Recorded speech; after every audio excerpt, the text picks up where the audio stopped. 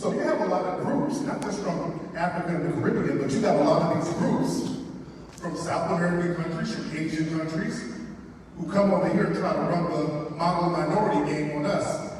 And they see how hard we fight, and they look at us and say, well, we came over from Thailand with no money, and look how much better we're doing than you foundational Black Americans. So I got a couple of questions for that. How come your home country in China or Thailand or Asia is raggedy? Right. Why did you leave if you got so popular? And the thing is, with foundational Black Americans, we're the only group that's constantly fighting white supremacy. The Asians and all of these other groups, Hispanic, nobody's been over here without us fighting for them. You don't make people put respect on our names, foundational Black Americans. None of these other groups have been sabotaged like us. Our businesses are sabotaged. You don't have them bombing Asian businesses or Hispanic businesses over here. They would bomb Tulsa. They would destroy Wilmington, Rosewood.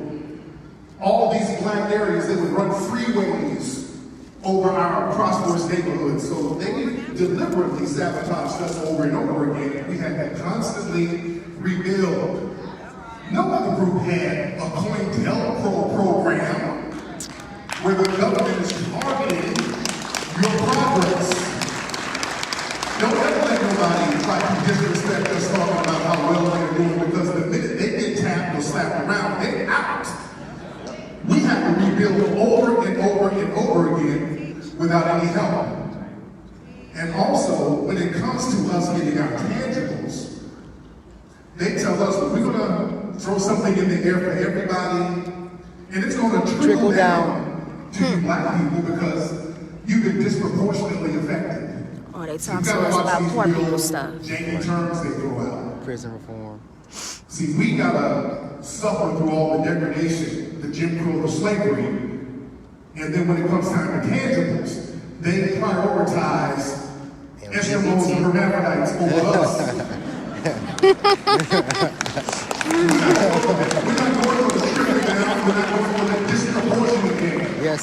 Because we were not disproportionately put in slavery.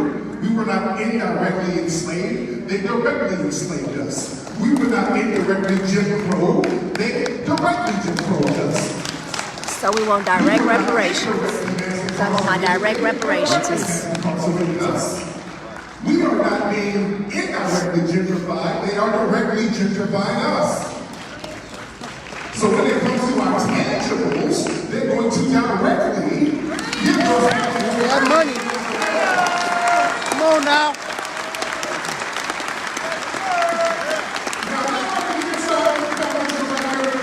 Let's go.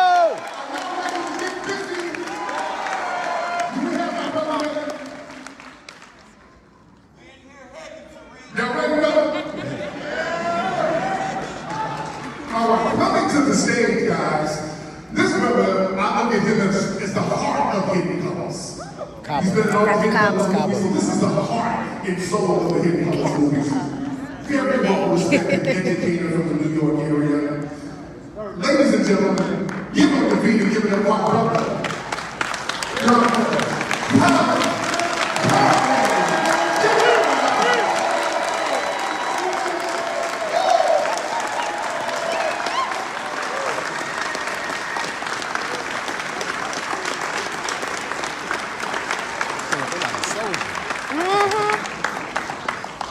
He ain't got that fanny pack on he had on last time. Assalamu alaikum. Walaikum salam. Shalom alaikum. Shalom salam. It's so good to be here in Atlanta, hot land. New York.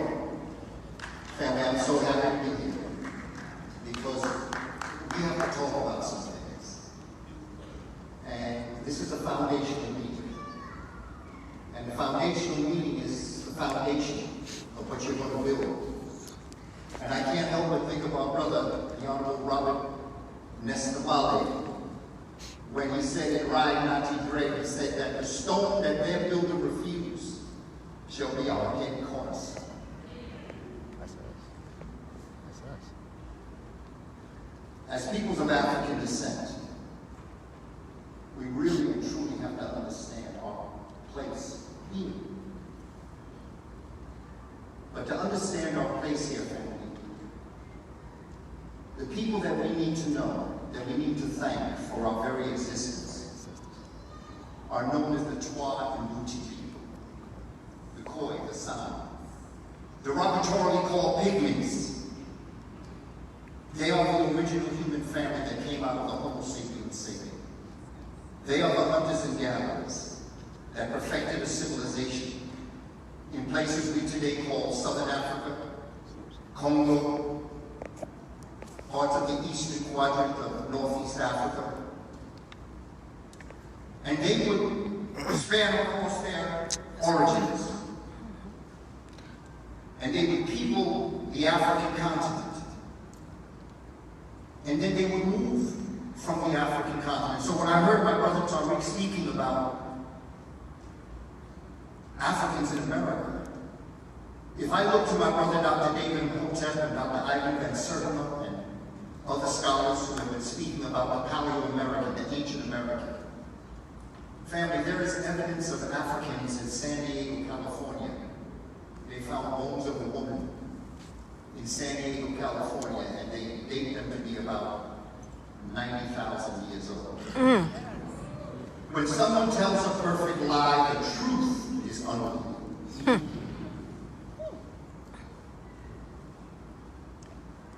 We have to understand how great we are. We have to understand how permanent we are. In fact, people say that Africans were the first people. Well, let me take it one step further. Africans are the only people.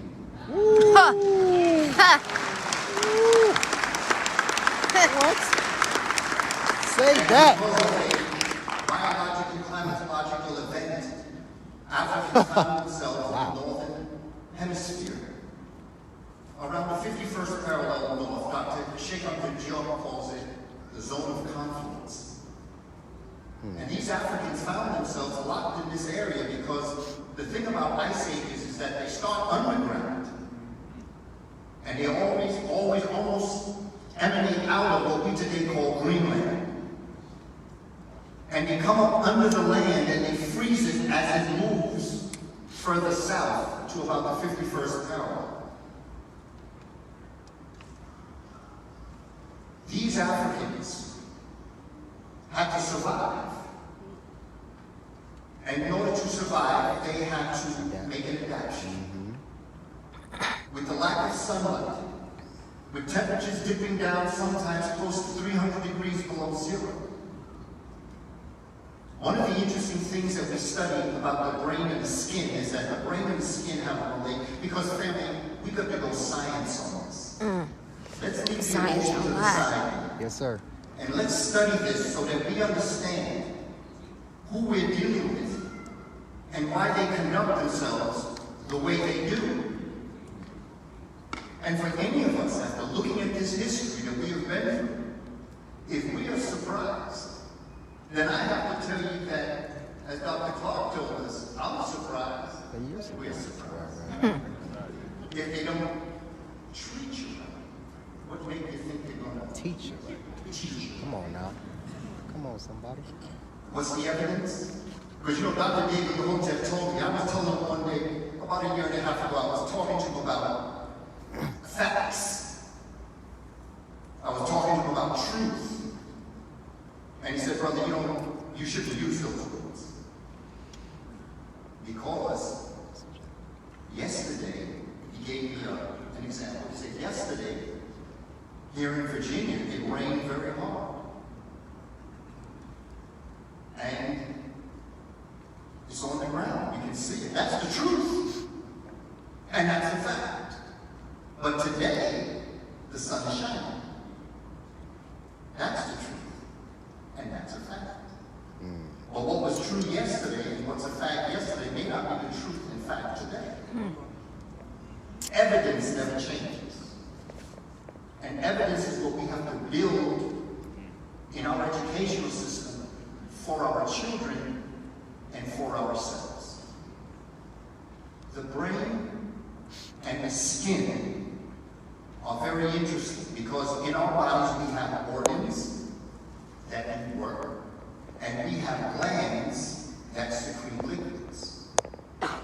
So when you go into your endocrine system, when you go into your glandular system, there are liquids that are being sent through your body. Your heart and other parts of your body that are called organs, they do work. But the brain and the skin are unique because both of them are both an organ and a gland. Because your brain secretes liquids, such as melatonin and serotonin. And your skin secretes liquids, sweat, things like that. But your skin also works by protecting invading organisms from getting in. Your brain works as you think. And under adverse circumstances, when it is cold, like 300, 400 degrees below zero, your brain freezes. And your skin can no longer function. And what happened to these Africans in this area made it so that their brains didn't function and their skin got frostbite. And they developed a way of thinking. And in this way of thinking, they started to develop a civilization that was like their environment. Brutal, unforgiving, no mercy, jealous, envy, and guess what? That's where you gnash your teeth. Hell is not hot, hell is cold. And if you don't believe it, wait a couple months. Our ancestors, people, the planet, and we're here in America thousands and thousands of years ago. So if you want a foundational African American, you've got to start there.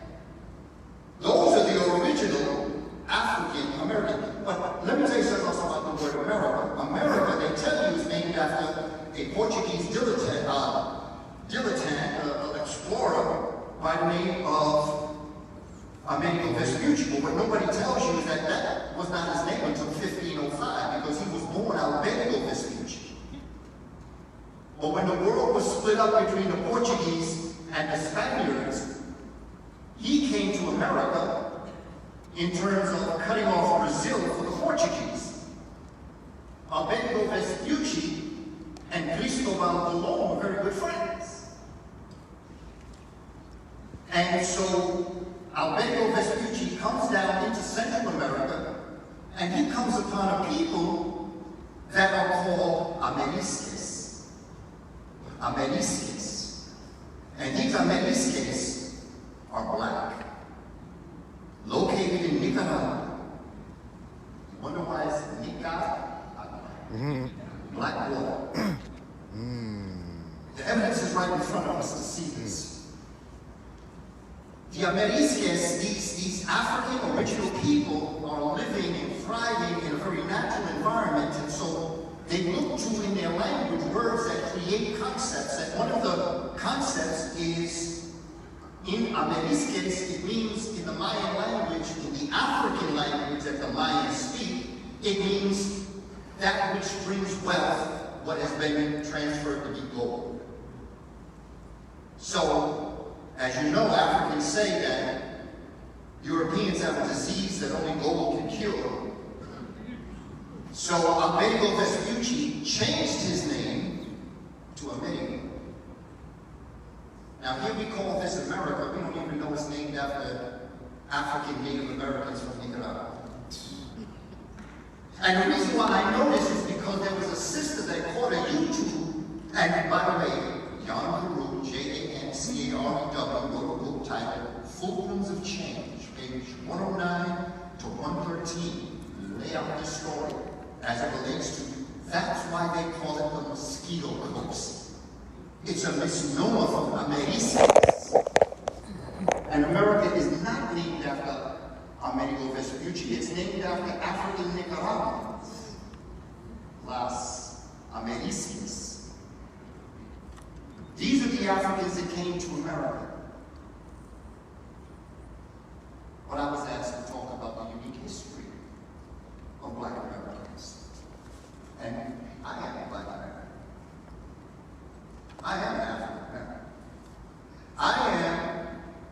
an American descendant of enslaved people. I understand what's being spoken about as it relates to celebrating our history. I understand as African Americans, we have participated in every war and conflict that has ever occurred here.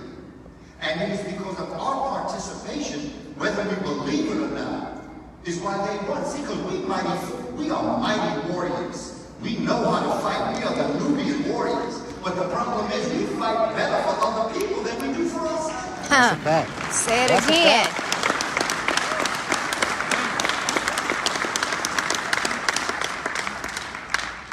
We have to understand who we are and where we come from. We have to teach our children where they came from. Absolutely. What their ancestors have accomplished.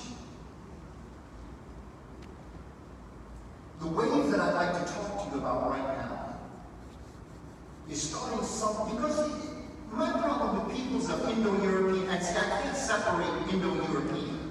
I cannot separate Cro-Magnon, because if you look at it from a scientific perspective, there's only two peoples. There's the ice people, there's the sun Some people. people say that. And the ice people, some of them travel east into Asia, and other than staying where they were up in the Caucasus Mountains that we call Europe today. But you can't separate them. They are one and the same. They are impacted by different geographical climates and different social axiologies in terms of what they develop, but they basically are the same people. And if you don't know, you want to know the evidence? Look at them. People say, well, you need proof. Look at them. Look at how they conduct themselves. You done that 99% of everything, and you still want the 1% that the masses of people have. You know you've got a problem. There's a mental issue here. You're dealing, see, we have to know the difference between a neurotic, a psychotic, a psychopath, and a sociopath. A neurotic is very nervous. A neurotic can survive in civilization. They can do things. They can survive. They can go to work. But you see them, they be shaking like a chihuahua. They're nervous all the time. Everything gets them upset. If something's late, they get upset. They go walk crazy. That's a neurotic. A psychotic is like a neurotic, but a psychotic needs to go to the hospital because he or she is a little bit too deep in their problems. They need serious medications. Neurotics are on medication, but they can survive outside. Normally, when you get to the point of the psychotic, they have to go to the hospital. Now, when you're dealing with a psychopath is a person who acts totally inappropriate. He has a moral compass. She knows what's right or wrong, but she don't get it. I'm going to do that. A sociopath, I don't know which one is more dangerous. A sociopath is just like a psychopath, except they don't have a moral compass. Nope. They actually be doing the same things and then be looking at you and saying, what's wrong? And act like everything regular. I stab you in your chest with a knife and say, can I help you? That's what happens when you're in the ice over prolonged periods of time. You become neurotic, psychotic, psychopathic, and sociopathic. But only the best of the best have survived. Our people, imagine being in your community, and you're playing with your friends, and you're looking at grandma. You see the civilization and the society, it's just a wonderful place. And all of a sudden, people come in that you don't know. You ain't never seen them before. They smell a little bit different than you. And they drag you, they capture you. Only the best of the best could have survived that attack. And then they drag you across this land that you were familiar with but didn't know. Only the best of the best could have survived that. And then they put you, when they get you, down into a dungeon. Only the best of the best could have survived. Then they put you on a boat. And they take you someplace you have no idea. Only the best of the best could survive.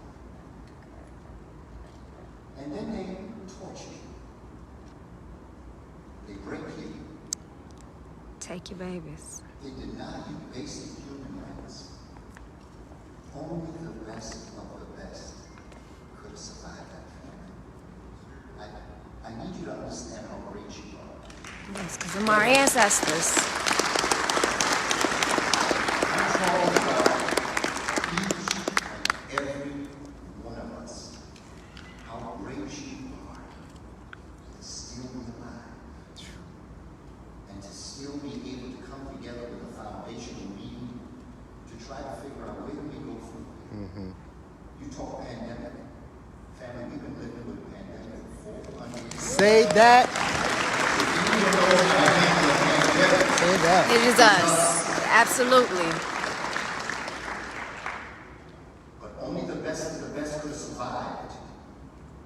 And it's important that we understand this and we know who we are as a people. They talk about the triangular trade, but it wasn't triangular, it was rectangular. Because you can't forget what happened in the Caribbean. When you look at the numbers, basically 4 out of 100 of us came directly to the United States. The great majority of us came from South, Central America, and the Caribbean.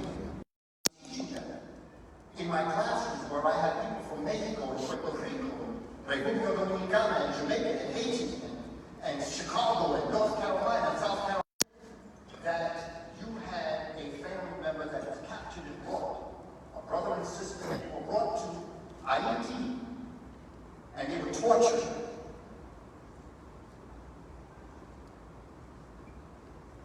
And the brother could be broken. So then they sold the brother to a ship going to South Carolina. But the sister said, you ain't breaking me. You ain't got what it takes to take what I got. So she had to stay in the Caribbean. And let's say she and her family were sold to Puerto Rico, Dominican Republic, Haiti, Jamaica. And let's say her brother that was sold to South Carolina decided that they were going to come up to the Bronx. And in coming up to the Bronx, they had families, they grew, and they decided to go on vacation. So they left the Bronx and went down to Puerto Rico for a vacation. My question to the children is, could they be related to you and you don't know? And let's say there's a Haitian brother on the beach and he has an airplane service that he goes through the islands and he hears a conversation between you and the family from Puerto Rico. And he says, wow, that's very interesting. He said, you know, I'm going back to Haiti. Would you all like to come on with me? Come on, I'll take you over to Haiti. And as they're riding in the plane, the family from the Bronx, African American, and the family from Puerto Rico is talking to the Haitian pilot. Could the three of them be related and not know? So what I used to tell our children is, let's treat each other like we are until we know better. And even when we know better, let's then highlight that and understand exactly what it is that we have in the family. And as I close this out, let me just tell you this. When you're thinking about how many ancestors you carry inside of you, when you're thinking about all of the different people, when we do libation and we call to all the people that we may know and not know, each and every one of us is here because of two parents. Each and every one of us is here because of 4 grandparents, 8 great-grandparents. And you could go back and back and back. But family, let me end with this. When you get back to the 20th generation, do the mathematics if you like. But when you get back to the 20th generation, for you to be sitting in this room today, it took 1,048,561 human beings. And that's only going back 20 generations. Do you know who you represent? Do you know that happiness is the sadness, the joy, the love, the respect, all of those that you carry in you? I just think of our ancestors on the plantation. I think of all the ancestors that we have that knew that they would not be free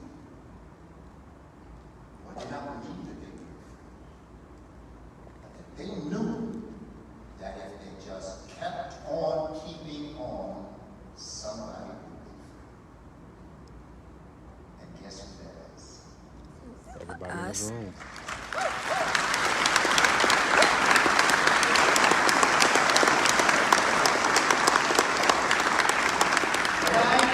Wake up and think I'm having a bad day, I apologize. For what they went through, Yes, yes. for what they went through, family.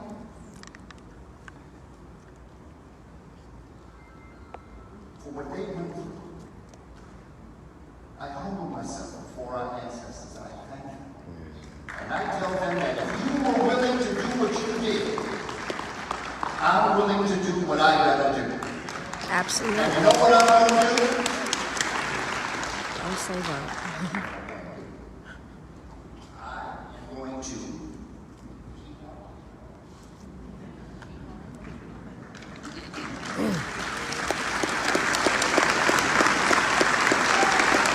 I'm going to keep on keeping on until we win. Yes, sir.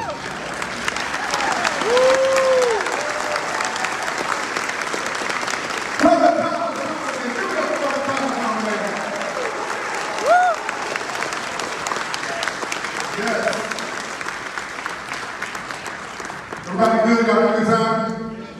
Have you guys patronized some of our wonderful vendors out there? I see some of y'all eating red velvet cake, hush puppies. I ain't mad. Good. You patronizing these great black businesses, guys. All right, y'all ready to keep on with it? I said y'all ready to continue. Yes. All right, coming to the stage, my good brother, an economist. My brother has the money game on lock. Brilliant brother, you've seen him on CNN, Fox News, so many media outlets. Boyce Watkins. My brother, give it up, ladies and gentlemen, for Dr. Boyce Watkins. Give it up for Dr. Boyce.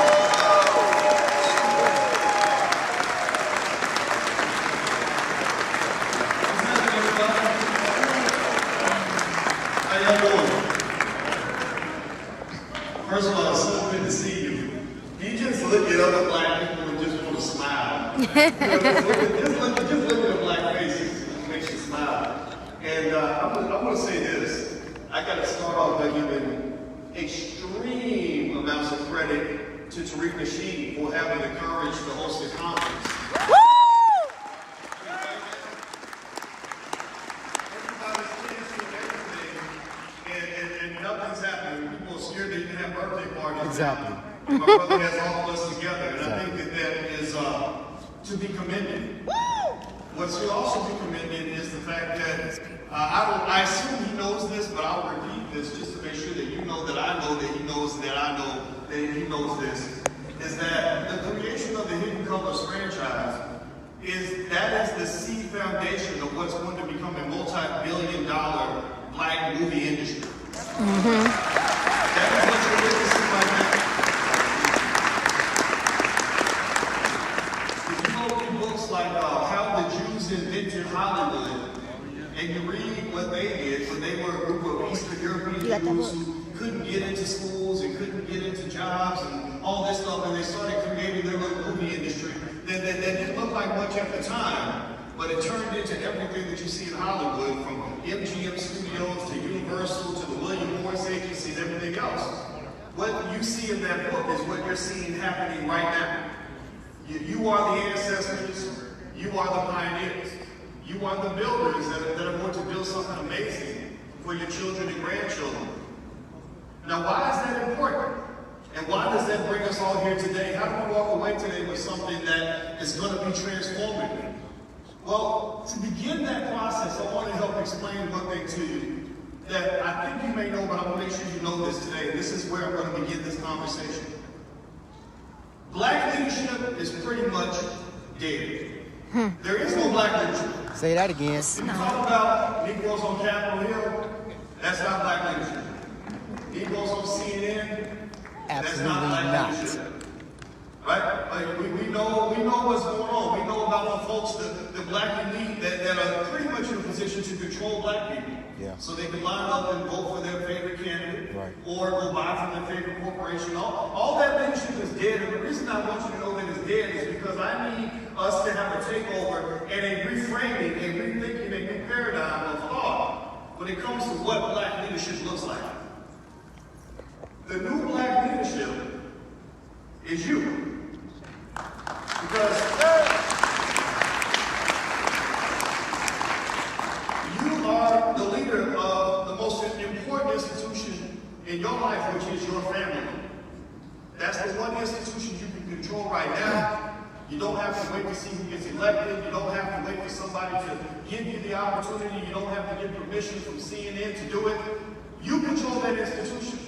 And within that institution, you can pretty much have almost everything that you need as a black person to succeed in this society.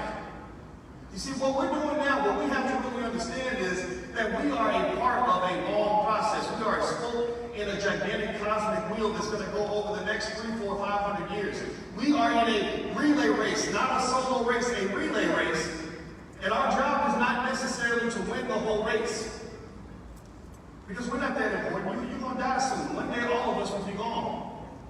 Your job is to run with the baton as fast as you can so you can hand it off to the next teammate in a better position than you were when you started off. Okay. That's your job. Okay. Your most important teammates are not even born yet. The greatest black people in the history of this country probably haven't even lived. Some of them have, but most of them haven't. There are 1,000, 10,000, 100,000 Marcus Garveys that are yet to be born. But we are the ones who get the honor of planting that seed. Let me break it down for you. Let me give you an example. When I come to Atlanta and I speak, I take a moment, I do an Ashe moment because my grandmother was buried about 8 miles from here in West Atlanta. And my grandmother was a person, when I was a kid, she never made a lot of money. She raised 5 kids by herself. She divorced my grandfather when she was about 19. And she never made more than $20,000 a year, didn't have a college degree, none of that stuff. But my grandmother was a financial ninja. My grandmother knew how to just make $1 out of 15 cents. She never once that I saw ever had a financial problem. You see, we got a lot of folks that know how to play struggle numbers, right? Like being black is just hard. Just because you're black is just won't be hard, right? I don't know if anybody else has relatives like that. I know I do. Yeah. But she didn't do struggle numbers. She really had a economics situation. I saw people that made 4 times more money than my grandmother come to her to borrow money. When she died, house was paid off, car was paid off, perfect credit, 0 debt, and her funeral arrangements were so precise that we knew exactly what color dress she wanted to be buried in when she died. So my grandmother was the first person to introduce me to basic ideas like compound interest. Okay, if you plant a seed, then the seed's going to grow. If you don't plant a seed, then you have no harvest. Well, she was teaching me how to be an investor. I didn't know it, but that's what she was teaching me. I wouldn't be talking to you right now if it wasn't for my grandmother. Now, why do I bring up my grandmother? Well, because when I look around and I see all the devastation going on in the black community, all the trauma that we see on the internet every day, you turn on Instagram, Facebook, Twitter, you're always seeing black trauma, you're seeing misery, you're seeing something that's going to piss you off and upset your balance and equilibrium and literally creates mental illness. Every day you're seeing nothing but tragedy and negativity. And I don't feel negative when I think about our people. I don't at all. I don't feel negative because I don't care so much about where we are right now. I'm not thinking about the year 2020. I'm thinking about the year 2070. I'm not thinking about where we are right now. I'm thinking about where we're going tomorrow. I'm not looking at the present. I live in the future. I live in the future, and I live out here in the future, and I'm looking back at myself 50 years from today. I'm standing in the year 2070, and I look at myself every day in 2020, and I say, what are you doing right now that's going to prepare our community for the year 2070? Because what happens is when you look at things from a certain perspective, you're able to really see opportunities that people can't see when they're trapped in the moment. Let me break it down for you. Let me give you an example. In the Black Business School, I talk about a concept with the students called OPP. Not that other OPP. Not you know me. OPP as we define it. I define it as, I said, really understanding wealth, which is a critical element to our power move. You can't have power in America without wealth. I hope we understand that. I said to understand wealth, you have to have OPP. What's OPP? OPP stands for opportunity, patience, and perspective. You must be able to see opportunity. You must have patience. You must have perspective. But what does it mean to see opportunity? Well, opportunity is like this. People that tend to have more skill, they see opportunities where others do not. I'll give you an example. I was talking to a couple of my cousins one time, and one of my cousins has an MBA, he has a nice fancy job, and he makes about $250,000 a year. My other cousin never went to college, but he makes about $3 million a year.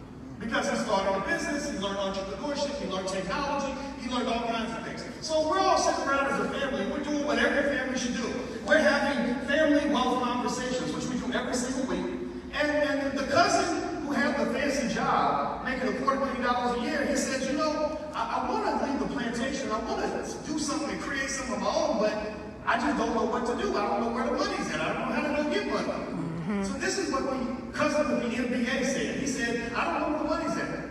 Well, my other cousin, the struggling black man, the one who doesn't have all the fancy degrees, he just got to laugh. He said, man, there's money everywhere. So process this, right? How can two black men, right? Because we know we're taught that black men can't do anything, that there's nothing out here for you. We can't accomplish nothing. How can two black men, one of whom has all this education, the other one has no education, how can one of them see no opportunity, and the other one sees an abundance of opportunity? Well, it comes down to the fact that they had different skill sets. One of my cousins, God bless him, I love him, but it's true. He knows how to fill out a job application. He knows how to make sure his resume is on point. He knows how to get a corporate job. My other cousin knows how to get on a computer and set up a sales process and develop a company and file for an LLC and make investments and make money in 1,000 different ways. So when those two men both look at the world, two black men about the same age, look at the same world, one sees no opportunity, the other one sees an abundance of opportunity. Well, that's no different from going out in the woods. I don't know how to survive. I can't even survive in my own kitchen. We can have a house full of food and the refrigerator be completely full, and I'll look at Alicia and say, ain't nothing to eat. Right? Why would I say that? Well, because I have to cook stuff. I don't know how to cook anything. I can heat up oatmeal. I can boil some water. That's all I know how to do.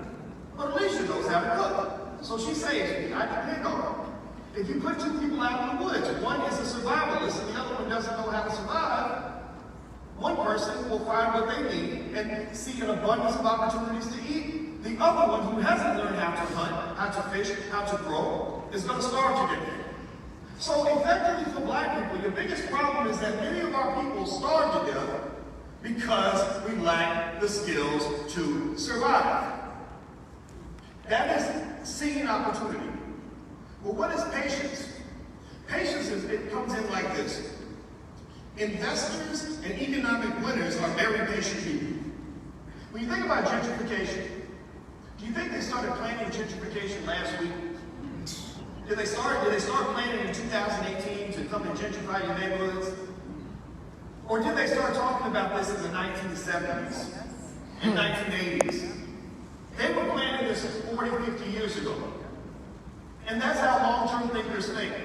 The Chinese have a 50-year plan for world domination that they started 50 years ago. And the plan's going pretty well. So I contrast this to what culture we are fed in our media. Are we fed a long-term, patient process that leads to perspective, or are we taught getting now, instant gratification, go get what you want right now? We're fed a culture of instant gratification. One of the leading factors that determines if a culture is going to succeed or fail is your ability to delay gratification.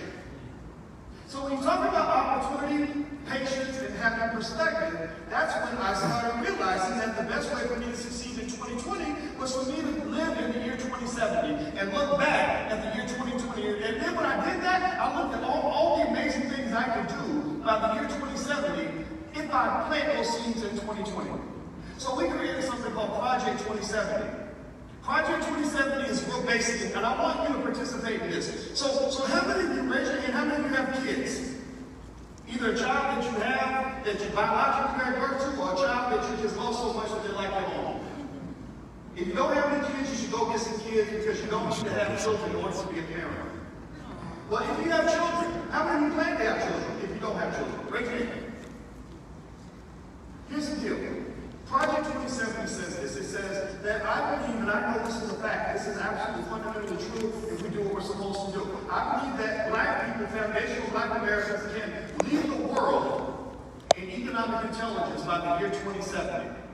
I believe that we can be better than any culture in the history of this planet when it comes to building wealth. And it starts with what we're doing with our children and what plans we put in place as families to build that long-term wealth, that big money, not the small money, that long money, not the short money, that slow money, not the fast money. If we commit ourselves to getting the skills to do that and teaching our children these skills, then our children, by the year 2070, will be running multi-billion, multi-trillion dollar industries, multi-trillion dollar companies. We can be in position for that. How does this work? I'm going to give you a very simple process. Remember, you are the black leaders. Your children will be affected by what you do. They will also be affected by the cost of what you don't do. When you act, there is a result. When you don't act, there is another result. That comes from the fact that you did not act. So what can you do? I'm going to give you a simple acronym. It's the word KID. It's the KID model for wealth building, long-term wealth building for a family. KID. KID stands for knowledge, investment, and discipline. Knowledge, investment, discipline. The knowledge, what does that mean? Well, knowledge means this. It's real basic. Look, my degree is in finance, and I've been teaching for a long time. And one thing I'm going to tell you that's just fun, that's completely true, and I hope you believe me when I tell you this, is that people who understand money usually find a way to get it. People who know how money works, people who know how to invest, usually have the most wealth. Those who think about money usually have money. Those who give money away have less money than they would have had if they kept it.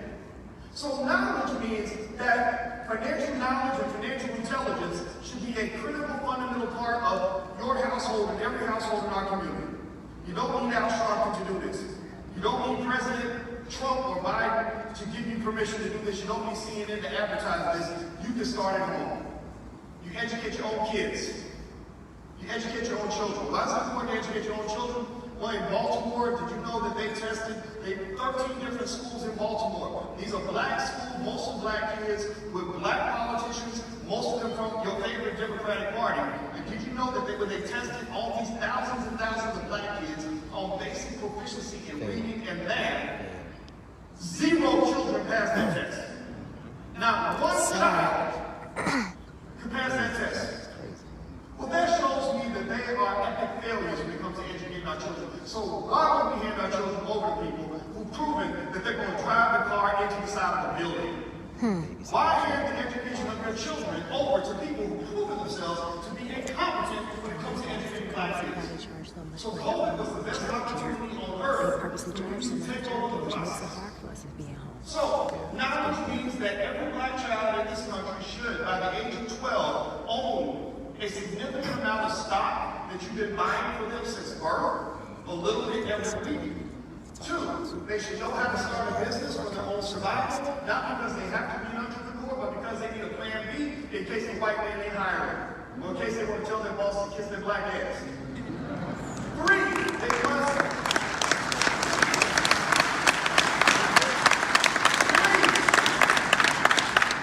they must be committed to ownership of real estate. Renting must be seen as a temporary state of existence that you might endure if you have to, until you get to the point where you can be an owner. Well, why is that? Well, because somebody with that mindset in the 1970s, when they're going through busting up black neighborhoods that nobody wants to live in. Because remember, in the 70s, we were all trying to get out to the suburbs where the white folks were. They could drive through that neighborhood and they'll say, oh my gosh, I want to own all of this. Ownership is a culture. Ownership is a mindset. You put that in when they're little, they're going to carry with them all through their life. So knowledge means that they have extensive financial knowledge. The same way we got thousands of kids going through football camp and basketball camps, we need thousands of our children going through money camp, investment camp, wealth camp, business camp.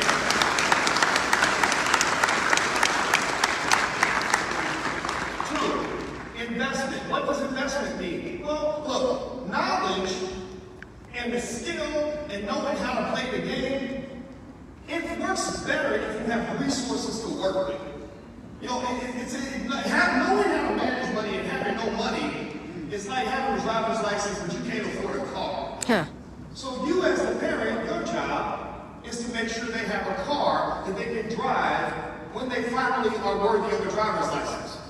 So here's what you're going to do. Here's how you're going to do this very easy. I put together a plan I call the $5 a day investment plan, and I set it low for the Negro naysayers.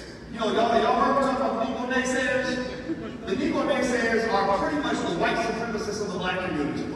They're the clansmen of our people. They are the people who find a problem for every solution, who get mad at you when you actually solve the problem instead of bitch about it. So I set the bar very low, and I said, look, $5 a day, $5 is, you can't buy a Popeye's chicken value meal for $5. And we know black people can afford Popeye's chicken, right? So I said $5 a day, and I said, did you know that if you invest $5 a day consistently in the stock market blindly, if you literally randomly, just randomly pick stocks, I've seen the science, I've seen the data, I know the research, and you blindly pick stocks, and just every week consistently do that, do you know that in 20 and 30 years, your net worth will exceed 70% of all Americans? Did you know that?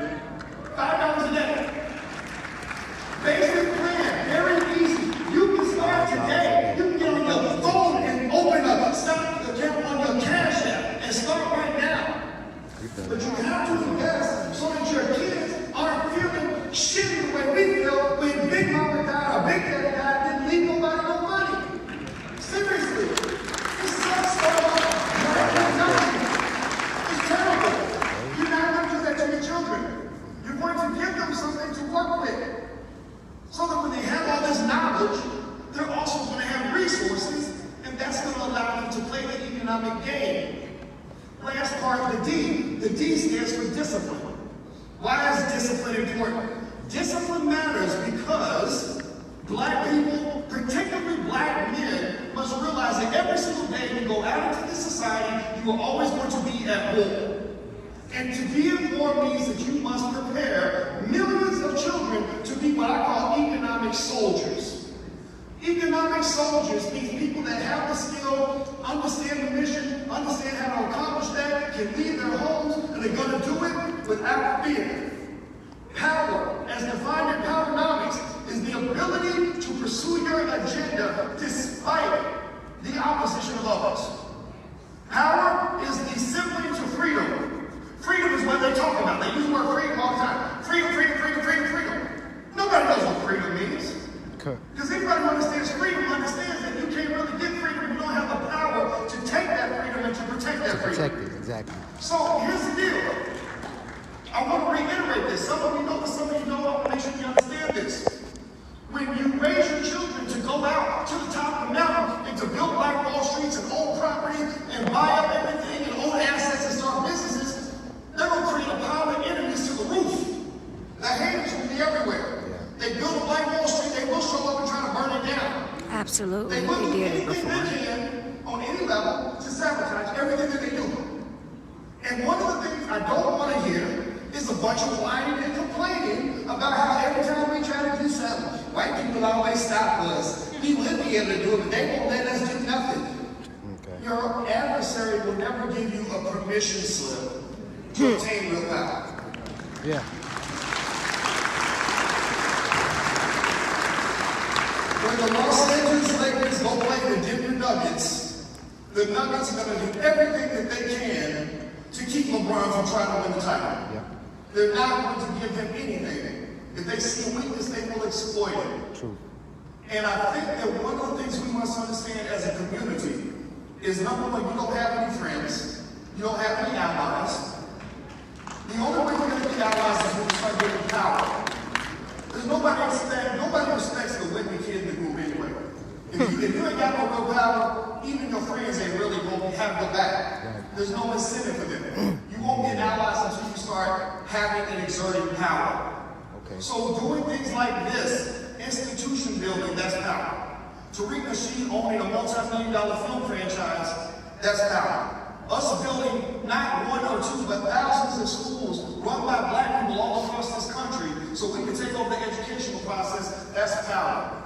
Us buying up real estate like crazy, one block at a time across this country, that's power. Us starting businesses and generating more entrepreneurs and investors than any other community, that's power. So when you get power, you're going to find people wanting to be your allies, because nobody's going to be your ally because it's the right thing to do. They're not going to be your ally because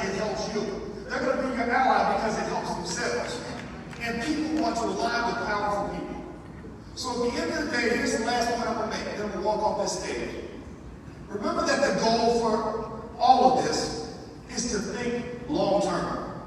Our job is not that hard. All we have to do is plant some seeds. Don't feel like you have to build the greatest black business in the history of the world. You just got to get the ball rolling. Because what happens in many families is that it's the second generation that builds off of what you put in place. They're the ones who take it to the next level.